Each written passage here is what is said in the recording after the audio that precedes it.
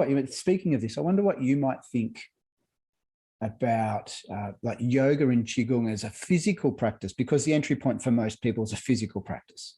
People don't come in thinking, well, for the most part, I'm going to have a spiritual journey here and I may achieve some level of enlightenment or understanding, be connected to the global consciousness.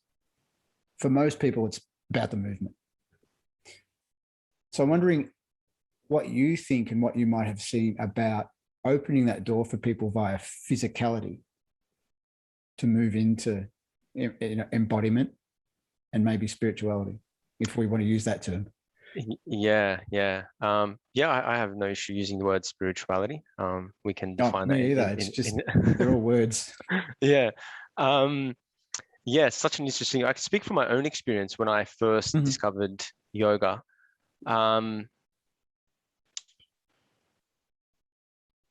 Coming into the practice, I guess from a yogic model, we have the 5 layers, we call them koshas of our being. So the physical body, the mental, energetic, the subtle body. And so physical, mental, emotional, subtle, and then the causal body, which is that sort of that field of awareness, which is around us. And for me, it was that something that you do, a practice that I was doing that there was just a feeling state. Yeah, so my initial, I guess, hook into yoga was that this was unlike anything that I've felt before. I would do a practice and then you essentially do an hour class just to sit right in that state of almost samadhi. Like I definitely wasn't in samadhi, but it's just a state where all those fluctuations, the mental fluctuations, and I'm moving my body in a certain way where it allows me to feel a lot more freer. So coming into the practice, I was just essentially searching for that little hook, yeah, and that would make me feel good for the entire day. Students I've found also have commented, especially for men. So I teach quite a few studios, but one of them is in particular is an all-men's studio. So it's just interesting to see how men, they just want to come in and do the yoga. They want to push. And it's almost impossible for me to talk to these guys because guys just want to do. They just want to push, pull on all their limbs and hamstrings and all the rest of it. But, we're all in our own journey and I hold space for that. But it's just interesting that we do approach it from that physical side, but it does take time for a little of the layers to kind of come in and then for them to sort of be a little more receptive. So yeah, it's taken me maybe about 3 months with some of my students who now have come in to start to ask, I just want to learn a little bit more. Or I've just noticed the sunshine this morning. Or I have students who are triathletes and who, swim every morning. They do all this, and then like, I notice myself feel a little different in the movement or breathing a little different. So it's kind of teaching people, or once they get that mind, body, breath connection, then I think the way that consciousness starts to shift is, oh, okay, I've never actually felt or experienced this before. And then if they get the spark of curiosity to dive in a little deeper, that's when you can kind of sink into that practice of yoga and dive deep.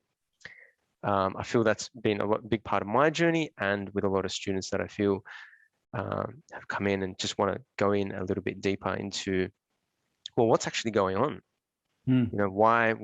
What's actually happening in this process, this unfolding through the practice of yoga and teaching people the embodiment. A big part as well, what I do is I offer people time, well, I teach a sort of combination of Qigong and yoga and sometimes combine them. But I love sort of the free-flowing movements, and then they might look a little silly. I'll often encourage people to do some silly movements, shaking, just to really release. Shaking is one of the best things, especially for men, because initially you look really, really silly, but it's the fastest way to get out of your head, and it's actually impossible to hold any negative thought and physically move your body in an erratic, natural way. Sure. So it's just, encouraging people to move beyond any of those patterns or conditioning or what they might look like, you know, because you see them at the start just like kind of shrugging their shoulders or just not moving, and it takes a bit of time, and then you know I have to lead the way, and I don't, you know, I care very little what I look like, so I'll really go for it to give them the permission Uh-huh. to step in and be like, okay, I'm not actually being judged in this space. So there's a whole multitude of layers when we go from that physical to subtle, but it does take time, and it does take regular, consistent practice for Mm. the most part. Sometimes the head gets in the way, or maybe life gets in the way, or other priorities get in the way. But, you know, and yoga and qigong are just two avenues. There are many, many other ways to explore embodiment. Yeah, it's so nice to hear someone open to this idea that there are so many doorways into this same practice. There's no rigidity. Yeah, yeah. Like, And I don't believe in that one approach, like, oh, no. yoga, this is it. This is like, you know, it is a very powerful system, a very powerful Mm. tool that I studied extensively and I passionately believe in. I don't jam it down anyone's throat or try and sell it, because not every practice, right? We have 7.8 billion people. There's no one way that we can, you know, it's great that there are a multitude of ways that we get to dive deeper into these Sure. practices of embodiment and understanding consciousness and life and how we can be better as human beings. And I feel like as long as the practice that you're doing is making you feel better, it is making you a better human being, whether it's a man, a woman, husband, wife, child, what, you know, whatever position you're in life, that's that goal that we're trying to achieve, is to be better human beings, Mhm. live a higher possibility, and support the evolution of consciousness.